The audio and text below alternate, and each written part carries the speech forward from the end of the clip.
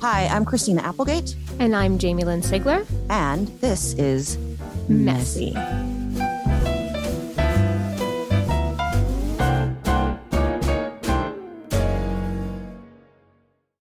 Messy is supported by Psionic. The Psionic Neural Sleeve is the first FDA-cleared bionic clothing designed to help people living with MS and other neurological conditions improve walking and strength. For people living with MS, staying mobile and active is an essential part of managing MS symptoms. So the neural sleeve looks and feels like a garment instead of an assisted device.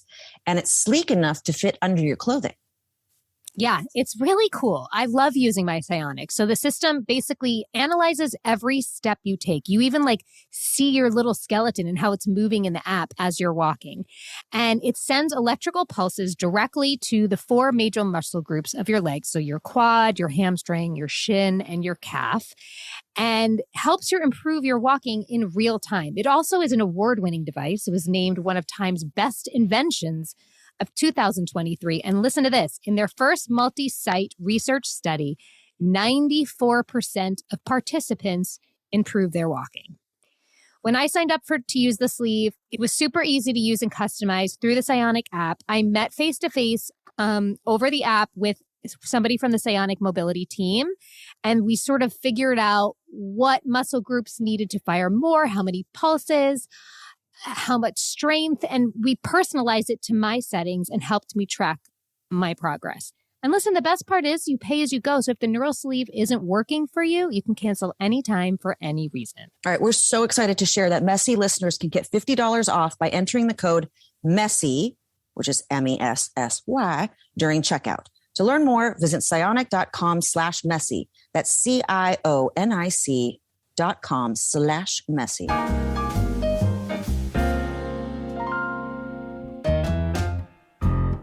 Hello, I'm Christina, and this is Jamie-Lynn.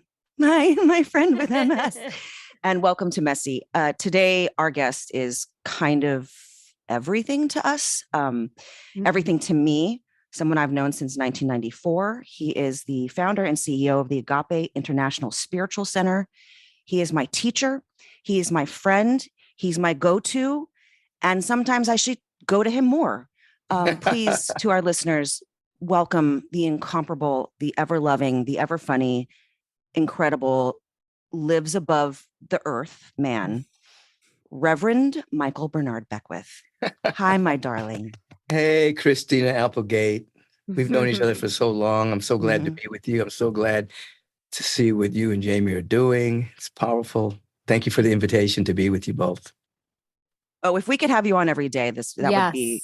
I think we just need you to call us every day because we need you so badly right now. And I think, I don't know if you know too much about what we do, but, we are both have multiple sclerosis. And I know that's a name and it's not a sentence. And I know, but that's, we're kind of in that space sometimes. But right. Our listeners are anyone who has a chronic illness or an autoimmune, to everyone, to just people going through life's shit. And sorry, I cuss a lot on here. So you're going to have to take your virgin ears, put your hands over, earmuffs them. I've been on the planet for a little while now. I think. Yeah, I know. I've heard a few of those words. Okay, I think you've said a few, in private. I think I have. Yeah, but anyway, yeah. So we're here just trying to let people feel seen and heard and loved, and that we're trying to give a big warm hug. But yet sometimes we fall into the negative, and I think that's where I think Jamie said this was Christmas to her. So Jamie, why don't you? This was having you on today is Christmas. Oh, that's beautiful. Yes. Because I think so, like Christina said, we both live with MS. I've lived with it for 22 years, and I feel like it's been my greatest catalyst and gift of my personal growth. It's led me down paths that I am forever grateful for. With that being said, I've found that I've been able to really accept spirituality into my life, but learning how to accept it and understand how to apply it when it comes to living with a chronic illness continues to be a struggle for me. I'm trying to fully accept my circumstances each and every day, but trying to understand how do I do that, but then, and detach myself from all of the stories that I've created of why I have this and accept possibly some healing, or if that makes sense. All of it makes sense. You said something very powerful in terms of it's been a catalyst for you to go deeper into your spiritual nature.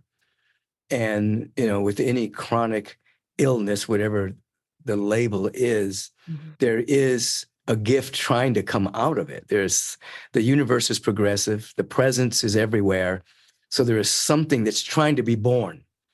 So as you continue to live in that awareness of, okay, this was a catalyst for me to grow spiritually, and then asking the question, how can I keep applying that what you just said to this condition, then healing happens. And healing can be, first of all healings aren't just physical.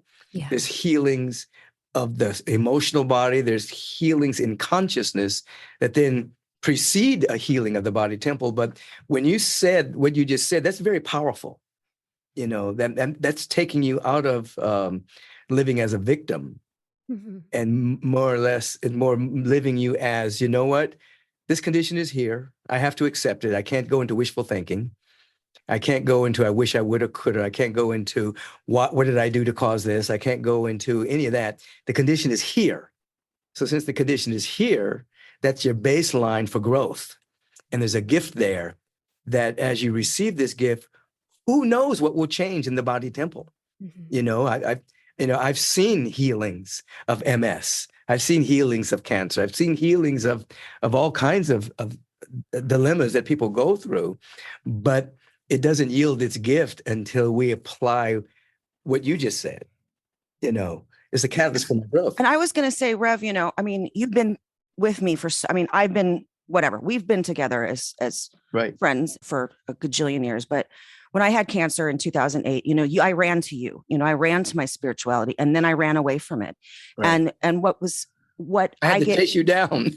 Yes, you had to chase me down. But chase you down. Then I get MS, and I'm like Forrest Gumping this stuff. I'm like, how fast can I run away from what I know will help me? Not, I can't get into an idea of, I don't know. I can only do this much of how do I find my peace? Because I have run so far away. I mean, when was the last time I was actually in Agape?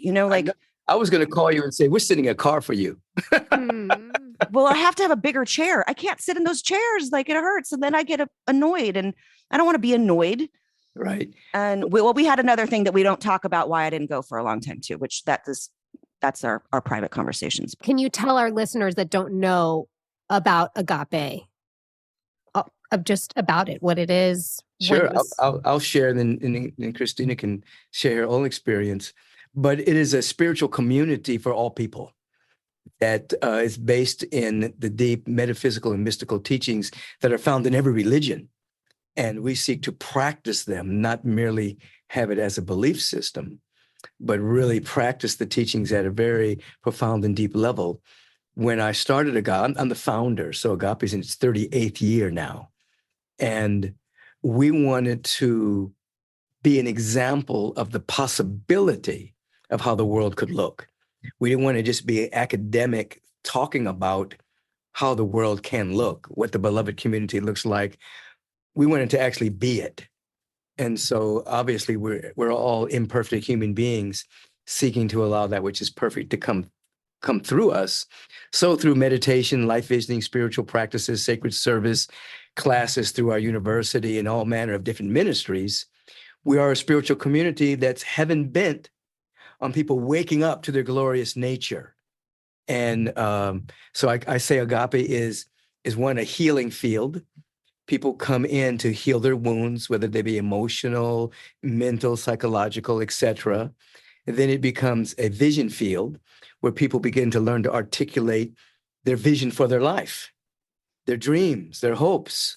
And then it becomes a birthing field, a condition where people can actually birth their visions. And we've had a lot of people emerge from Agape that are doing extraordinary things in the world, but they got the energy and the vision and the support from being in the community. Then they've gone out and done great things. So that's a short version of Agape. It's a dynamic, beautiful spiritual community that's continuing to grow.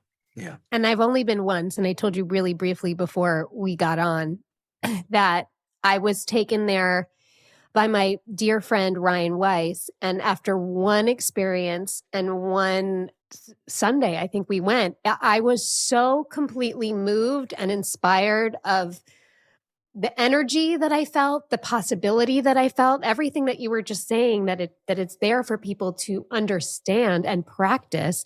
I ran to the tattoo shop, and that's when I got in. So it is tattooed on my inner wrist. So, I'm sure Christina can speak much more intimately and better about her experience with Agape, but I just only had one and felt the tremendous power. So yeah. I have Agape tattooed on my ankle. And remember I showed you, Michael, like 30 years ago, I was like, I got Agape tattooed on my ankle. And you're like, oh man, I want to get Agape tattooed somewhere. I was like, okay, well, let's go. Let's do this thing. Yeah, all my family has all those tattoos. My daughter, she has trust love, and they have everything. I'm getting in, so it is on my foot. So that's I'm happening. the last one. You're the last one standing. Before we get too more into stuff, I think that I'd love to kind of tell the journey of how I came to Agape, because I think it was something that really was the universe brought me to you. And I get very emotional about it because it really was like, it was divine. Yeah. It wasn't that I was seeking out a new church. I was raised in this teaching from the time I was 7 years old. My mom had me meditating. We went to this place called the Hollywood Church of Religious Science. And then we ended up at this church with a man named Dr. Dominic Palafrone. And it was such a sweet church in this masonry, space. And we're sitting there and he goes, I want you guys to, give a nice big round of applause to our visiting minister from the musical Agape Church. And everyone applauded. And I was like, probably hungover. It was like, it was like 27 years. I don't know. It's 1993. And I didn't look back. I didn't see you. I clapped. I was half asleep. And the next morning I said to my mom, Mom, this is so weird. I can't stop getting this man out of my mind. This name, Michael Beckwith. It was like, I couldn't get you out. And she goes, this is so weird. In the LA Times, there was an article about Agape, and it was a picture of Ricky Bebe and the choir on the cover of the part of the LA Times. It was about community and stuff. And I went, oh my God, this is so weird. And she was going through ovarian cancer at the time. And I remember. Yep. And it was Easter Sunday. And I said, I'm going to go check this place out. And I brought Faustina with me. And I'm standing in the hallway because there was multiple services. That's how many people were there. And the space was so small. And I heard this song called I Release and I Let Go. And I heard people clapping, rejoicing. And I had chills up and down all of myself. And I started crying. And I went in, and you lifted all of me up through your words, through the Spirit talking through you. And I went to the hospital with some Easter eggs for my mom and some candy. And I said, we have a new church and we're done. And don't talk to me about it. That was it. It was and this was 1994. And I still never knew, I had seen you for the very first time, standing up there. You had a mustache. You're so cute. And back then. And that was it. And I haven't looked back. I went to classes there, took all the science mind classes, and started practitioner. And then I was like, what am I going to do as a practitioner? Nobody wants to see me. But anyway, that's kind of my journey, because it was spirit driven. Yeah, I remember that. You became like my daughter in a sense. The vibration, the frequency. So wow, so much love, so much in your mom, and it was, we've been together a long time. We've had a lot of rides together for sure. We were on Larry King together. Remember? Oh my God. Yeah. Wow. Yeah. It was really cool. Well, That's he's such beautiful. a beautiful orator. So yeah. You don't need to meet. I'm going to stop talking because I want to hear Michael talk. You guys are the host. You don't need to stop talking. Well, let me ask you, to go back to kind of what Christina was just talking about and sort of where she's at in her journey. Yes. She is, I give her all the credit for the reason why we are doing this podcast. She felt the calling to share our intimate conversations and our unique experience, understanding how actually universal it is for anybody on this earth that is having life challenge them to grow. And I, as her friend and somebody who loves her deeply, want her to be able to find some light and hope and trust in the universe. Yes. And so I would love to just sort of witness listening to you see her in this moment and sort of tell me how I can help her as her friend as well. Yes, yes. Well, Christina, you said something very powerful. Both times when you had a diagnosis, because first of all, the prognosis, a doctor can't give you a prognosis. That's between you and your soul. But you would run away. You know, there's a tremendous amount of anger at God, at the universe, at the teachings, or whatever the case may be.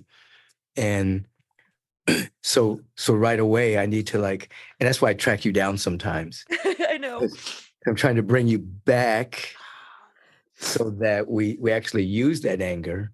We use the power of that anger to take you where this particular diagnosis can take you. Anger is a very powerful emotion.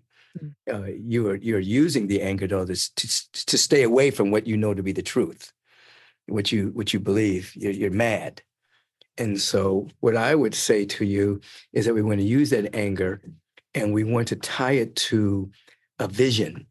We want to tie it to a dream, a goal that you have about yourself. And then I want you to angrily begin to declare and decree that particular dream. I don't want you to pretend you're all spiritual and you don't get angry. We don't do that kind of stuff. You actually use the anger to declare and decree the next level of how you want to live your life, but you do it angrily. You know, I, Christina, am willing to, and you fill in the blank of what that is, because running away just makes you more victimized by the diagnosis, by the condition, and then you spin out into other behaviors that are lateral, that don't really help you.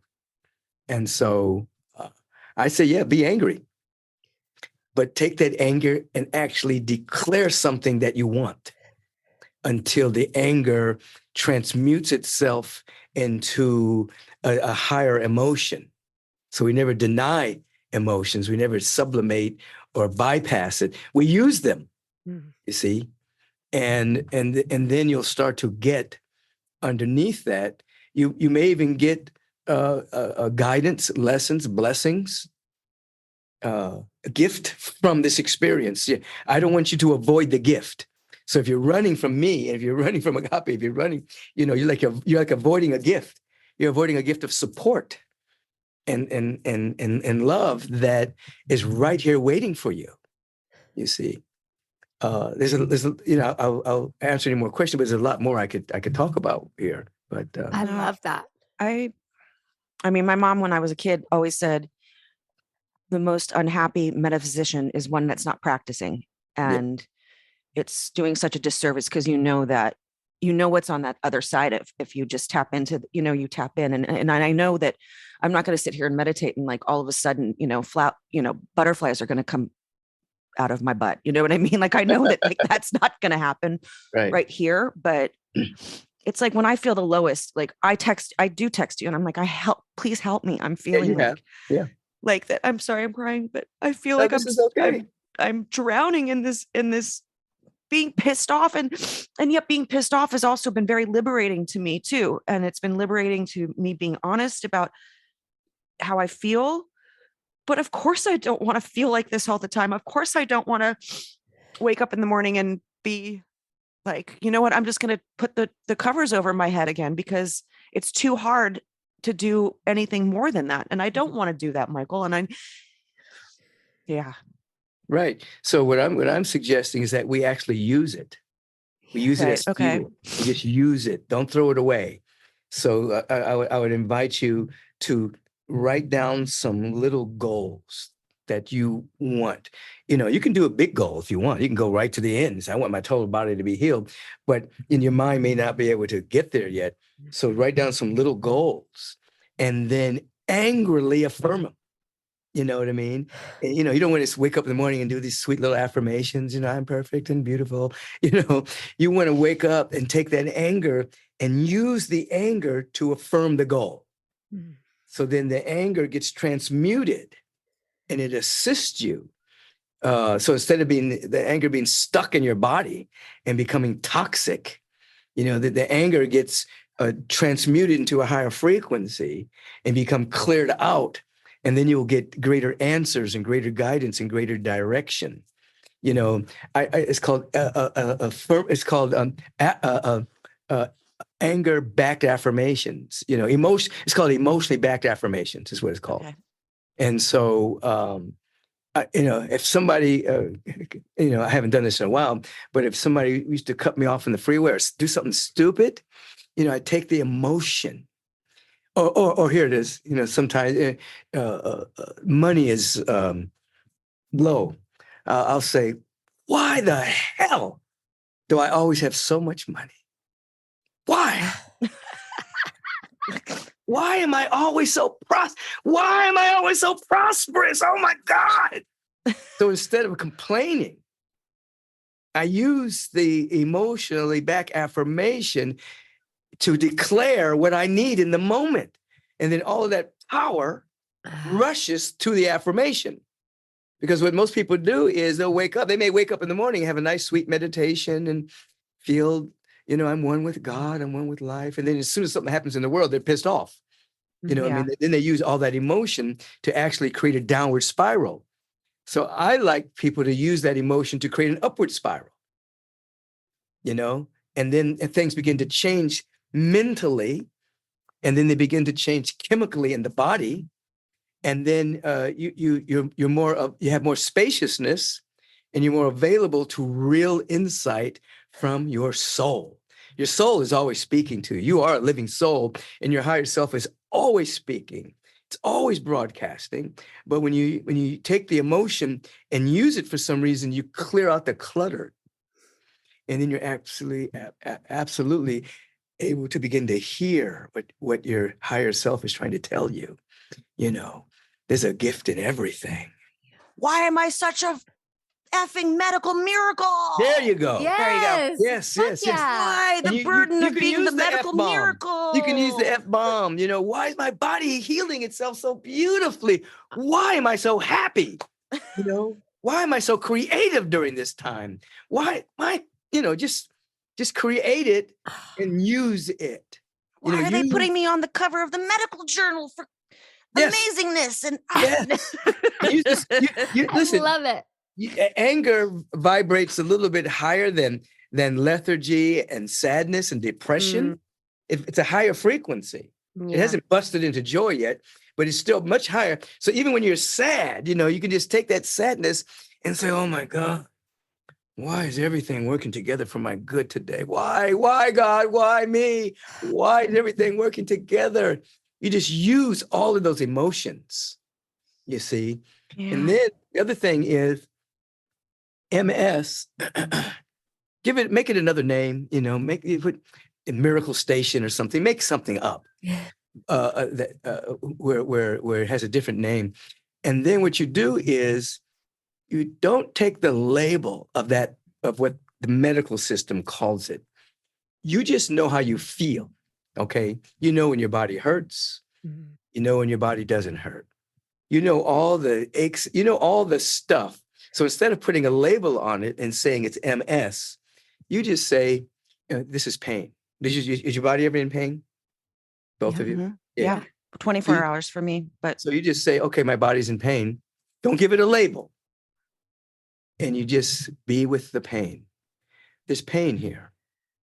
There's pain here. And you just let the pain be your focus of meditation. Don't try to make it go away. Don't deny it. Just say, okay, you don't say, I'm in pain. Pain is here. And you just watch the pain. Now, with the mind, the pain is energy. It's moving around. The pain will start to respond to your mind watching it. And the pain will start to change. And the pain will start to change in different kind of ways, but it's not going to change and become MS. MS is the title we give this thing. It's going to do something else. It's going to start being reframed by your anger, saying that you are a medical miracle. The body will believe you. It's listening to everything you're saying.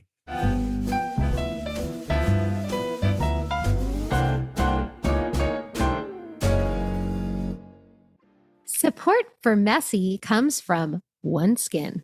Did you know your body starts accumulating senescent cells as early as your 20s, also called zombie cells? These cells stop producing collagen and hyaluronic acid like they used to and start secreting an inflammatory substance that makes neighboring cells dysfunctional too. There's an answer for these zombie cells, though, and it comes from our friends at OneSkin. I love their sun protection duo. It's SPF 30 and feels so good on your skin. It doesn't make you feel oily or like you're going to break out. Also, the Prep Facial Cleanser is great. OneSkin topical face, eye, body, and shield can all be used with other products and easily fit into your current skincare routine. With their in-house cutting-edge R&D platform, they're able to measure the efficacy of age reversal molecules in their lab. And by staining skin samples in the lab for senescent cells and analyzing changes to the skin's genetic data before and after exposure to the OS1 peptide, OneSkin scientists found that the OS1 peptide reverses skin's biological age by reducing the number of senescent cells by up to 50%. What more could you want in your skincare? OneSkin is the world's first skin longevity company. So by focusing on the cellular aspects of aging, OneSkin keeps your skin looking and acting younger for longer. Get started today with 15% off using code MESSY at oneskin.co. That's 15% off oneskin.co with code MESSY. After your purchase, they'll ask you where you heard about them. Please support our show and tell them we sent you.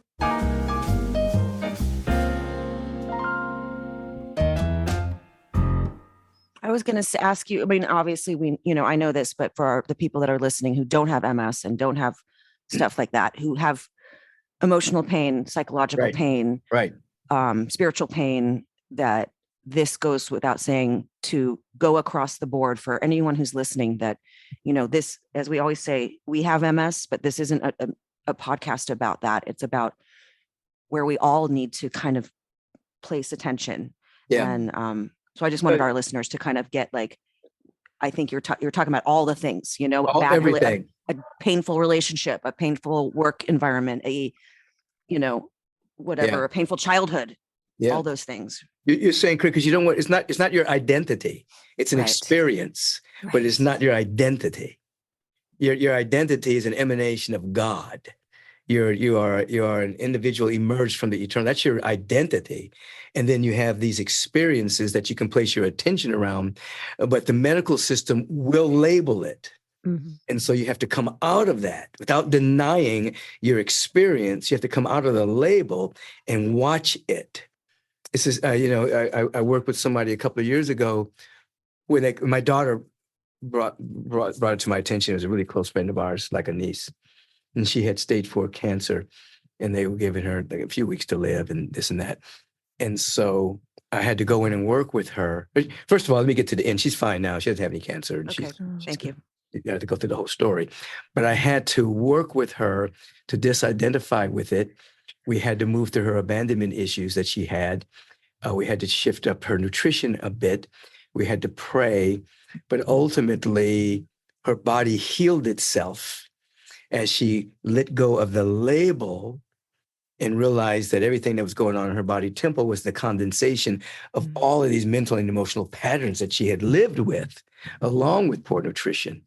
And so yes, you're correct. It's with anything. There's pain, you're with it. You just don't label it as a disease. It's pain. Yeah. There's a inflexibility. There's whatever it is. There's And such then- comfort though, like in with me though too, it's like I have comfort in calling myself disabled. And I know that like by affirming that constantly, then that's my experience. You know, I know these things, Michael. Right. I know that like that making jokes, but I have to make jokes sometimes, you know, I have to. Well, you're a make fun of comedian, it, you know. but it makes me laugh and it takes the Yeah. onus off of it, kind of takes the power away from it a little bit for Yes. me. But Yes. That's part of your practice. I wanted to mention something that you did for me in 2005 when I broke my foot doing Sweet Charity on Broadway. Mhm. And you were the first person I called. Mhm. And I'm like, I don't know what to do here because this is like the dream of all of us. It was the most important thing that had ever happened to me in my life at that time. And here I am with this very broken foot and they want me to get back up. And you said to me something so beautiful and simple. First of all, you said, write a list of gratitude and say those things out every single day. Mhm. And then I want you to hear your doctor say, I've never heard anyone heal faster or seen heal faster in my medical career. And I Right. was like, okay. And I did every single day when I was going to the doctors at Harvard and all this stuff. I swear to God, it was Good Friday. And the doctor called me from my last x-ray and said, I've never Wow. seen anyone heal faster in my medical career. And I came And and it was saw like- you on Broadway. Yeah, I know. And then you Oh. came and saw me with, oh my God, wait, you were with Did Kathy Mack come? it was Kathy Mack, but also Martin Luther King's Yeah. child, Yeah. like in my dressing room. I'm Martin like, Luther King III. Yeah. We were all the third. together. Yeah, Wow. no, everyone was in my dressing room. It was beautiful. And but that's if it wasn't for that, honestly, I wouldn't have been able. I don't think I would have been able to do it because the doubt was in my mind because I Right. was listening to the voices in my head, which are my biggest naysayers and my biggest enemies of the doctor saying at the hospital, oh, this is going to be 12 to 15 weeks. Yeah. Right. You know what we Right. did it in?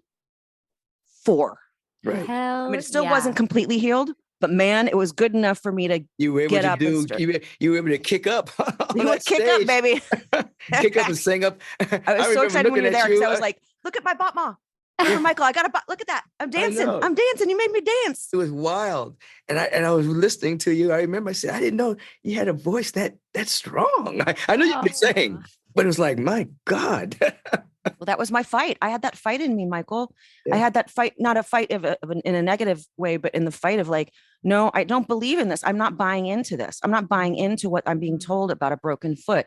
I believed that I was going to be a medical miracle. And it's like, yes, I was younger. Yes, it was all this. And now it's like, Well, forget that. Yes, it's younger. Yeah. no, I know, but I also get like, But like you said, it's shifting. I like give up thinking, sometimes. But it's shifting that thinking, right? Where it's from why me to why not me. Yes. You know, like I cannot imagine the amount of miracles that you have been able to witness in your line of work. And we keep needing to be reminded of those. So Christina, maybe why not us? Maybe us pouring our hearts out into this podcast with the intention of just pure love and for all people struggling in all different ways will add to our own healing. I don't know, but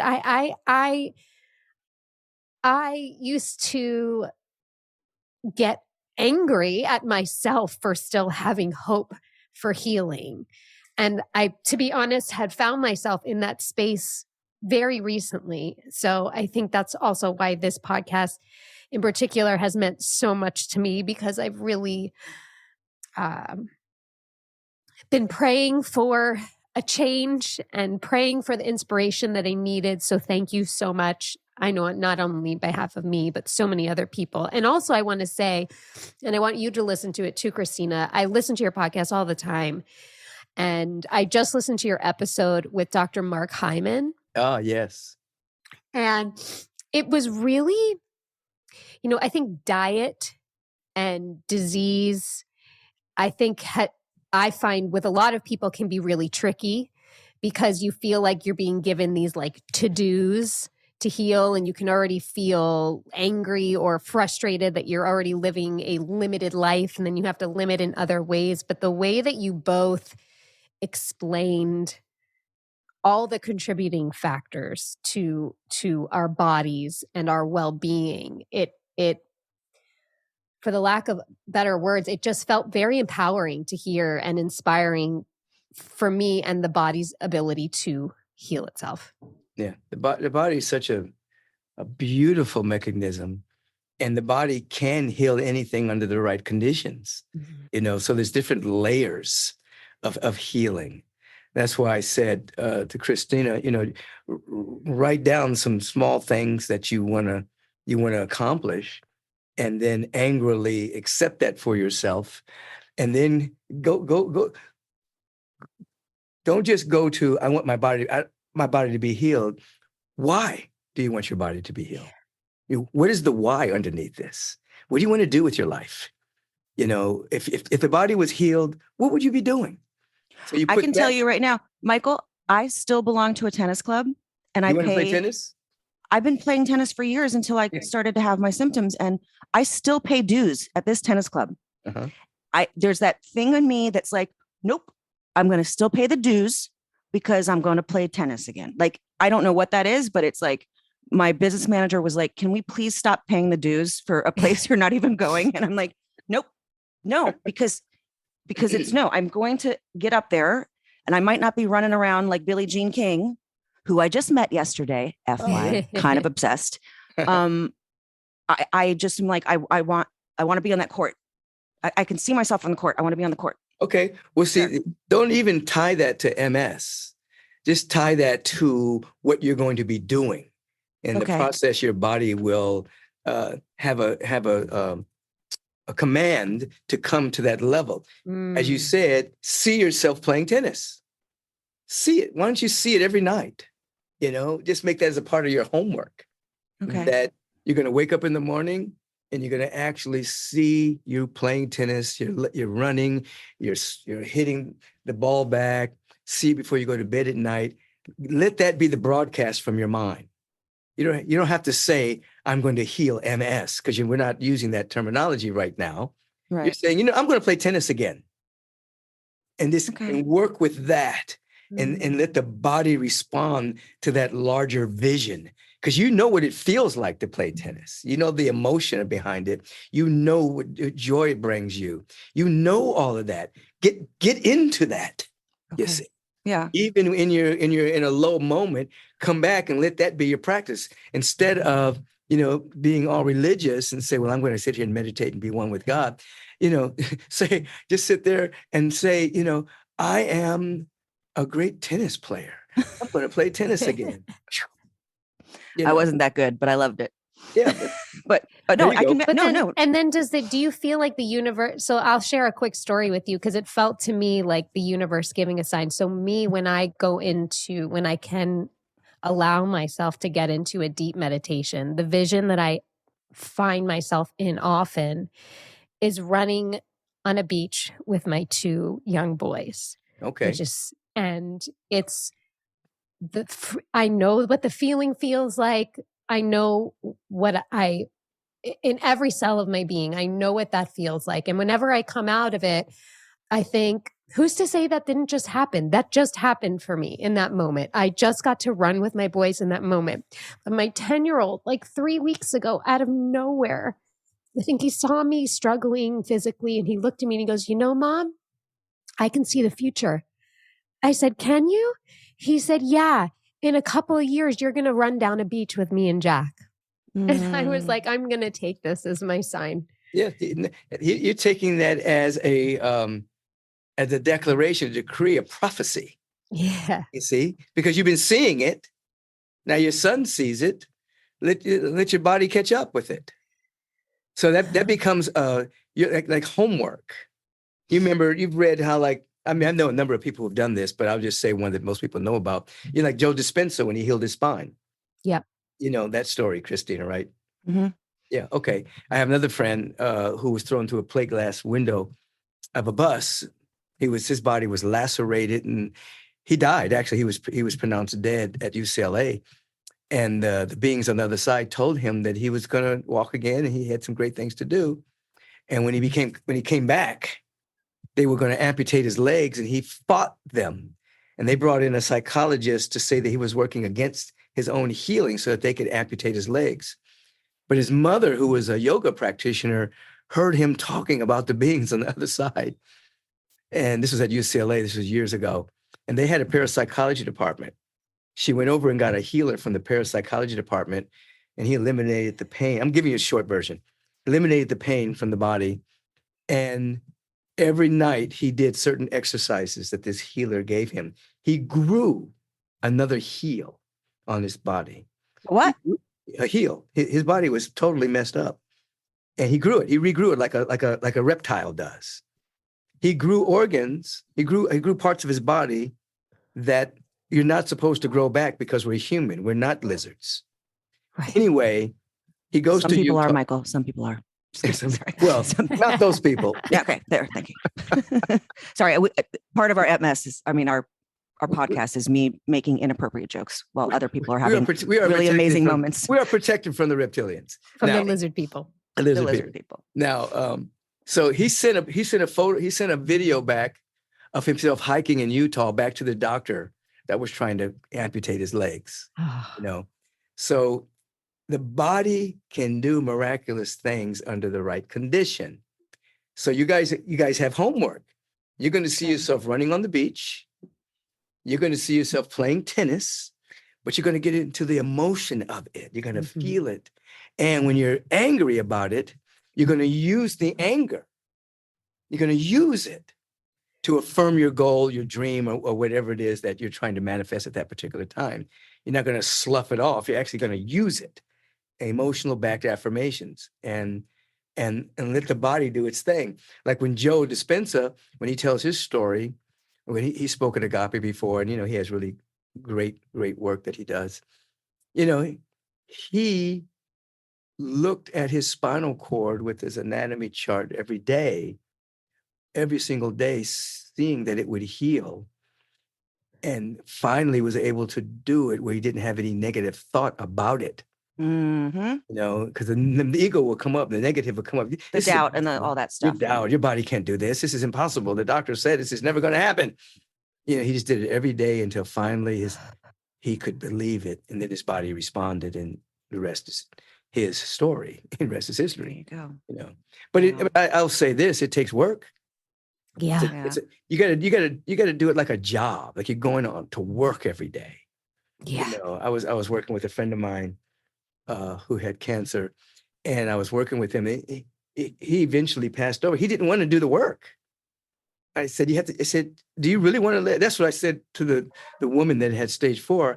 I said, do you really want to be healed? For real. Not just, I want to be healed. And she said, yes. I said, okay, I'll work with you. And she did all the work. And she was a part of a cancer survivor group, and not a cancer support group of 7 women. She's the only one that lived out of the 7. So I had to work through, survivor guilt with her because she was having a relapse because all her friends had died. And now she's great. She's fine. But it's work, the mind. You have to work with it. The mind can be so tricky, Michael. It really is tricky to me because I go like, well, these are the stats. Here are the stats of, Okay, so read testimonies. But I know that's the thing. I needed you here more than you didn't know today. Like I can't. Read testimonies of people who have a level of happiness and joy. You talk about not just talking about the body. When you read Viktor Frankl, the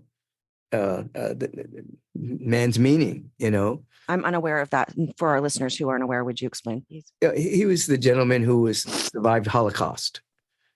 And he discovered that he could have his own attitude independent of what he was going through. It's a very powerful book. And so he proved that he could have his own attitude regardless of the violence and the mayhem and the killing that was happening. His attitude was independent of that. And that became a part of psychology, that you can choose your own attitude and build upon it, regardless of the condition. And then your life will follow. Free your mind and your assets will follow.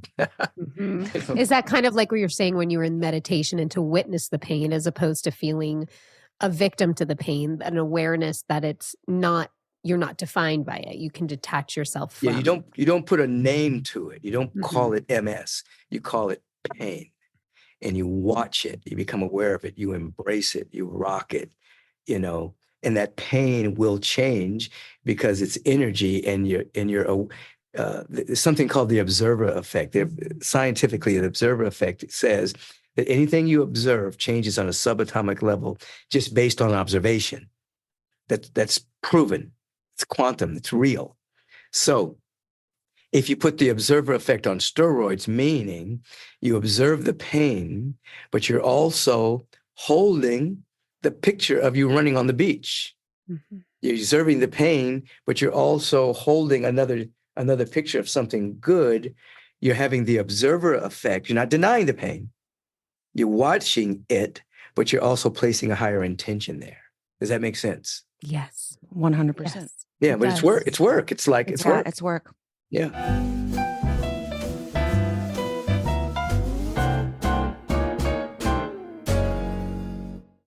Support for the Messy podcast comes from Vuori. We've said it before. And we'll say it again. Mm-hmm. We love Vuori. Especially the oregano vilipin. I don't have. Mm-hmm. Mm-hmm. Listen, it's not your traditional old workout gear, okay? It's versatile. It's comfortable. Designed to look great in everyday life. It's perfect for a workout or an activity. What activities do we do, Christina? Lay in bed. Yep. Walking to and from the bathroom. The toilet. Sometimes down the stairs, but gosh darn it, do I look and feel comfortable in my view. Right. They're one of my favorite websites. They really are good. To peruse. Is that a word? Like to peruse their website? Peruse.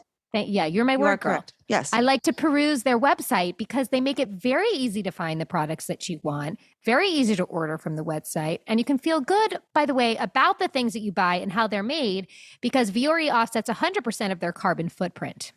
Oh, and you know what? While you're perusing, then you can pursue the oregano vilipant in medium. Mm-hmm. If you want to just match your messy sisters. Yeah. Here's the thing. You meet the pants you're never going to want to take off, guys. That's right. Are you talking about the performance joggers? I am. It's slim, it's relaxed, slightly cropped leg, side pockets, and a drawstring designed with the softest premium dream knit. That's trademarked. Hello. Yep. And my hubby, Mr. Cutter, he loves the men's core short. It's the one short for every sport. The core shirt has this classic athletic fit, falling just above the knee with an anywhere and everywhere versatility. You can go commando in it too with confidence because it has a breathable boxer brief liner. Vuori is an investment in your happiness. So for our listeners, they are offering 20% off your first purchase. Get yourself some of the most comfortable and versatile clothing on the planet at vuori.com/messy. That's VUORI.com/messy. Okay, so not only will you receive 20% off your first purchase, but enjoy free shipping on any U.S. orders over $75 and free returns. You're not going to have to return because you're going to live in them. So go to vuori.com/messy and discover the versatility of Vuori clothing.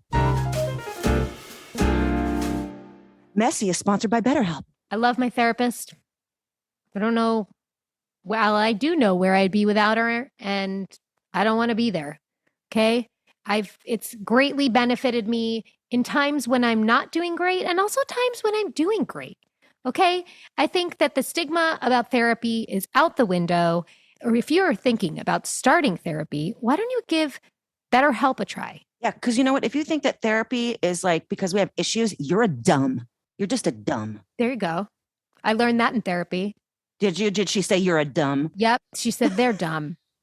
Listen, BetterHelp's entirely online. It's designed to be convenient, flexible, and suited to your schedule. All you have to do is fill out this brief questionnaire. You get matched with a licensed therapist, and you can switch therapists, by the way, anytime for no additional charge. Stop comparing. Start focusing with BetterHelp. Visit BetterHelp.com/messy today to get 10% off your first month. That is BetterHelp, HELP.com/messy.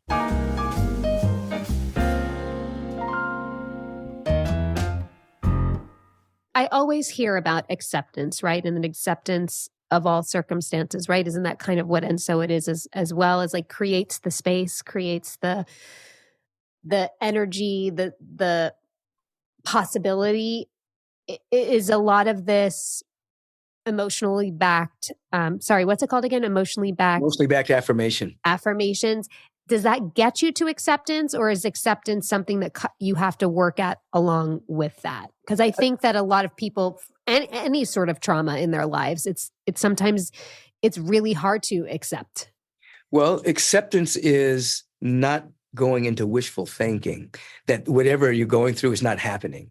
Mm-hmm. You know, if someone stole money from you, that happened. It's not, I wish I wouldn't have left my purse there. It happened. If, you know, whatever. So acceptance is, that happened. There's nothing I can do about it, about that, the past. Okay. Now, then with acceptance, you can open yourself to the possibility of healing. You can open up the possibility of getting a great lesson, a great blessing out of it. But you have to accept it first.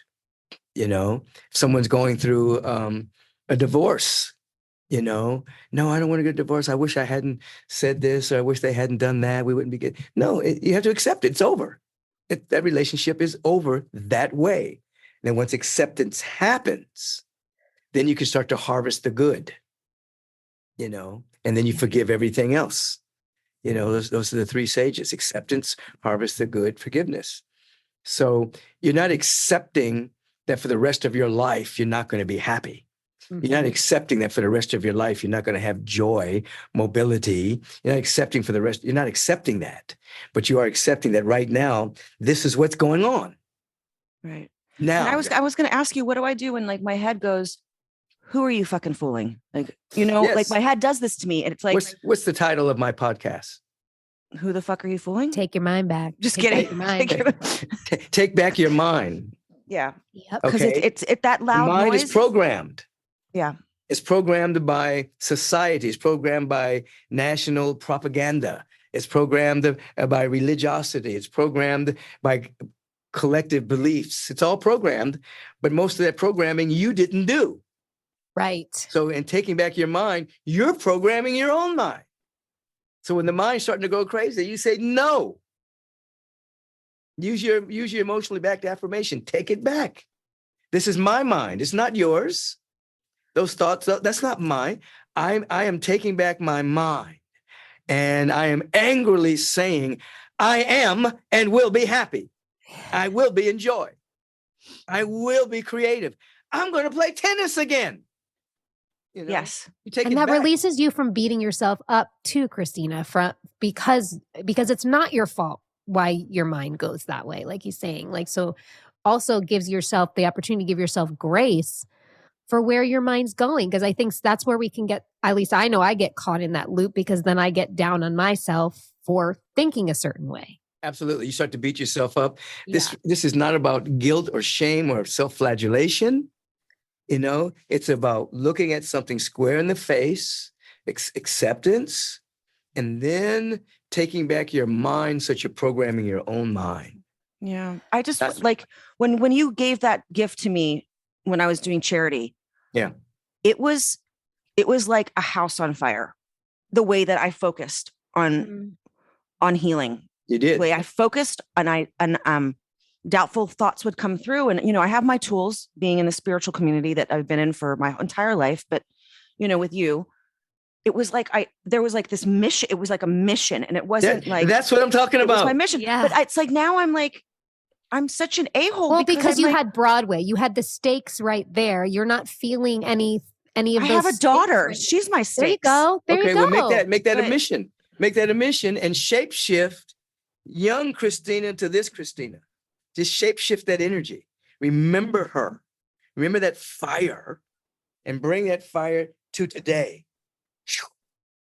Doesn't matter. You're timeless. You're ageless. You take back your mind where age is concerned, where chronological age is concerned. You take back your mind on all of that. But I'm wearing diapers, Michael. So I've gone back to the beginning. Sorry. You're so young. You're an infant. Okay, now we can start there. Yeah. I wanted to, we want to let you go because I know you've had a day and your whole life is this, but this is a favor that we really kind of wanted to ask. Well, first of all, okay, you might not want to talk about this, but my favorite story about you is how, you know what I'm going to say. I really don't. How God came into your life and why and where you were. And you had a book in a certain place with a person with a mallet. What were you doing, Michael? You're talking about my court case. Yeah, because why? Why did you have a court case, Michael? Well, okay, my favorite story. He's told this publicly, so I'm not outing him. By the way, no, absolutely no. I love who I was. I love who I am. You know, I was attending USC. I was a psychobiology major. I was my plan was to go to med school, and two things were going on simultaneously. One, I was paying for SC by a nice little cottage industry of selling weed. And before it was legal, now it's not a big deal. You know, I don't even say drugs. It was cannabis sativa. And I was having these spiritual experiences that I thought were coming from the weed. I thought it was pathological. So I stopped smoking weed, and the experiences intensified. Wow. I was leaving my body. I was having visions. A lot was happening. And I thought I was losing my mind. I was in the psychology department at SC. I was a senior there. And so I stopped smoking weed. On my last deal for marijuana, it's the only time I ever had weed in my house, because I always had a stash house that somebody that ran it for me. But he was out of town. So I had like 200 pounds of weed come to my house. And I'm sitting there in the living room. The guy name is Kenny. I'm sure he doesn't mind me saying this. And I said, this is my last drug deal. I'm not doing this anymore. This is not my destiny. I started off just doing it a little bit just to get mine for free. And it's built into this big industry. I have people working for me in Nashville, Atlanta, New York, Chicago, LA. It's like I'm making tons of money. And working at a store and going to a full-time student at USC. So I'm sitting there in the living room and something goes through my solar plexus. And I said, we got to leave. And he says, why? I said, I don't know why. So we leave, and the police run me off the road, and they check my car, and there's no weed in there. They check, and they say, well, where do you live? And I gave them the address of my mother's house where I had on my license. I said, I live down there. Anyway, long story short, they checked all these houses on one side of the street and found the weed, brought me in there and arrested, and took me down to the Rampart police station. They didn't arrest me. They took me down and handcuffed me. They then went and got a search warrant and came back and brought me where the weed was and then arrested me there. These are parts of the story you probably don't know about. No, I don't think you did this whole story on the pulpit. So, but you have talked about this on the pulpit. For sure. I did not tell the full story. Well, now we've got it. Anyway, it's an exclusive. So before that, I had this spiritual awakening in which I was killed in a lucid dream and I died. And when I woke up, I could see differently. I could see the presence of love and beauty and intelligence everywhere. Whew. If I start talking about it, I'll get emotional about it because it's so real. God is so real to me. And I just had to discover what had happened to me. And that sent me on my path spiritually. So now I'm sitting in court. I tell all of my friends I'm walking away free. And they thought I'd lost my mind. They said, Michael's freaked out on Jesus. They told me to leave SC because I'm going to spend X amount of years in jail for the weed. I'm going to spend X amount of jails for the federal prison because I had guns. And I said, I'm not having anything. I'm walking free. And I sat in court and I was reading one little book on meditation. I had no interest in the case. And the assistant, I had an attorney. I hired the best attorney that there was in LA at the time. And his assistant was quizzing the motorcycle cop that wasn't even there. And he was saying to the motorcycle cop, why did you go to this man's house? He said, well, the informant told us that there was a big drug deal going on. So we got a search warrant. We staked out the house. And we saw Mr. Beckwith and this other gentleman come into the house. Oh, we raided it and we found the weed and we arrested him. They lied, but it didn't matter. The assistant attorney jumps up and he says, that's hearsay evidence. We demand that the informant come, stand before the accused and identify Mr. Beckwith as that person. And the judge said, we need the informant here within 3 days. We come back 3 days later and the prosecutor says, Your Honor, the informant will not come. He says he's afraid for his life. He doesn't want to be a snitch. And the judge says, I have no other recourse. Mr. Beckwith, you are free to go. I hope I never see you in my courtroom again. I said, Your Honor, you never will. I left court. I went home. The wind was blowing and the weather vane was pointing in the direction of the wind. And I said, God, if this means what I think it means for my life and my destiny, I want that weather vane to point in my direction against the wind. Before I could finish the sentence, the weather vane pointed right at me. And I started crying and I fell to my knees and I surrendered my life to the presence of God. I said, do with me what you will. That attorney that questioned that police officer was Robert Shapiro. Oh my Oh God. my God. I didn't know. That part I definitely didn't know. He was the young assistant to the attorney by the name of Harry Weiss. Wow. And for months, the police officers tailed me. And they went to so many meditation retreats. They went to so many psychics, Buddhists, because they just figured I was going to be in the game, but I was totally out. Now I'll tell you one more miracle if you're interested. Yeah, we could pretty much listen to you all day, Revy. Yeah. So I'm in me and Celeste, the mother of my children, my wife at the time, we have a little duplex. And so I'm not doing anything anymore. I don't even smoke, nothing. And all of a sudden there's a fire in our kitchen. And the blaze is just coming out of the kitchen. So we had to pick up my son and run out of the house, blankets so we wouldn't get burned. Called the fire department. The fire department came and doused the flames. So now I have to stay at my parents' house for a while until the insurance adjusters come to assess the damage and, so we can have the money to repair the house. So they come and there's no evidence of any fire at all. There's smoke damage, but nothing is burned. The fire department and the insurance agent is saying there's no evidence of any fire. There's no fire. We see where there's smoke has been here, but nothing's been burned. The only damage was the water damage from the fire department putting out the fire. So that was a miracle because all the people that had been coming in my house for a while thought I'd moved because there was a yellow tape around my house from the fire. So those weeks that I stayed at my dad and mom's house, eventually the insurance paid money. We got brand new carpet, brand new paint job, brand new everything. It was a brand new house for my brand new life. Wow. From a fire that didn't burn anything. It was amazing. And that was just the beginning of a whole lot of miracles that took place in my life that really serves me today. Because whenever I'm in a tough spot around anything, any challenges coming up, I'm aware for real that there's a power and a presence and a love that's bigger than anything, because I've seen it operate so many times in my life, in the life of people, that's more real to me than the chairs we're sitting on.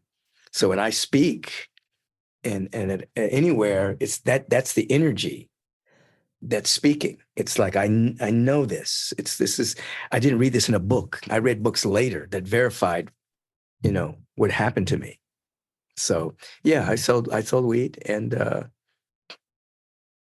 it gave me one of the biggest miracles of my life. Wow. Thank you so much for sharing that. I love you. You know that, Big Papa. I Yes. love you so much. You've been calling me Big Papa. I call Big Dad. Papa. Wait a minute, before Biggie was even in existence. Yeah. Way before, even born. We're gonna wrap up because we've taken enough of your time. But I was gonna ask you a huge favor, Rev. Sure. Would you do a prayer with us for Sure. our listeners? A general something, because as you know now, you know that we end every episode by saying, and so it is. So it is. Yes. I think that it's like people like write us like in comments, they're like, thank you so much for what you're doing. And then at the end, they always go like, and so it is. Like it's become now something that we're sharing from you and from, and so it is, you know. You're going to have a whole group of people tattooing, and so it is. I hope and you know what? Let's do it. We can actually do rub-ons. We're going to do rub-ons too. Yeah, we wanted to make temporary. It means ones, it's done. It means it's done. That's right. It's happening right now, and that's the power of manifestation. You have to feel that it's happening now. You have to reprogram your mind and emotional body and feel that it's happening right now, and then that or something better shows up. Well, to our beautiful listeners, if you're walking, maybe stop. If you're driving, drive. Pause it. Pull over.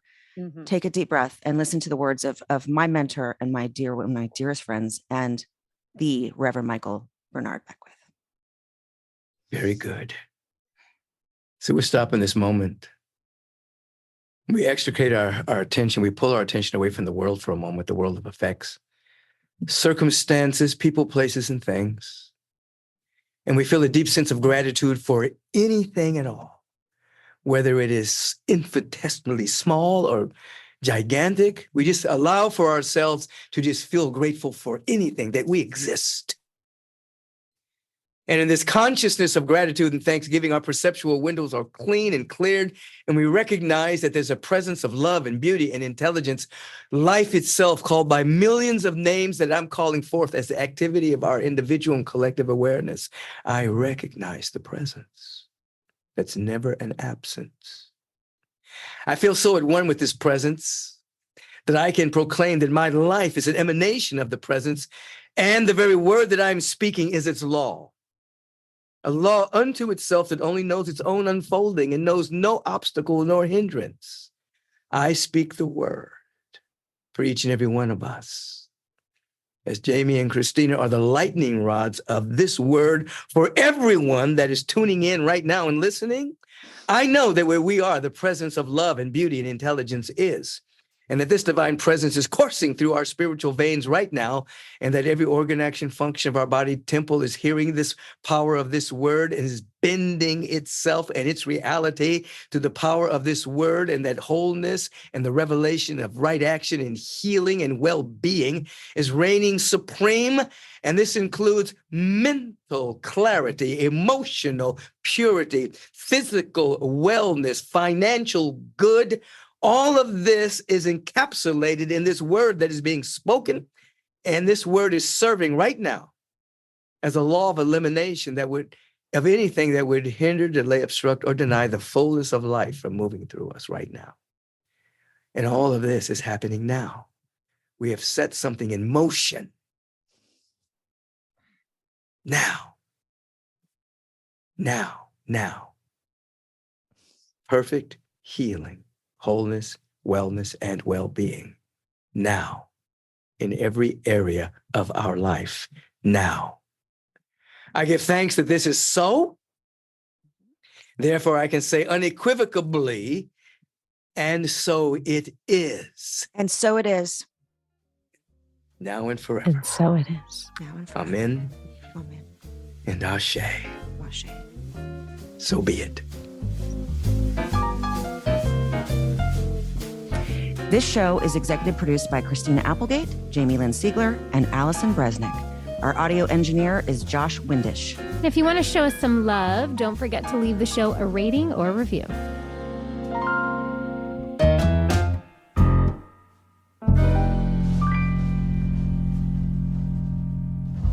Hi, it's Jamie. Thanks for listening. I just want to let you know I am a paid spokesperson for Novartis, but this podcast is independent from my collaboration with Novartis.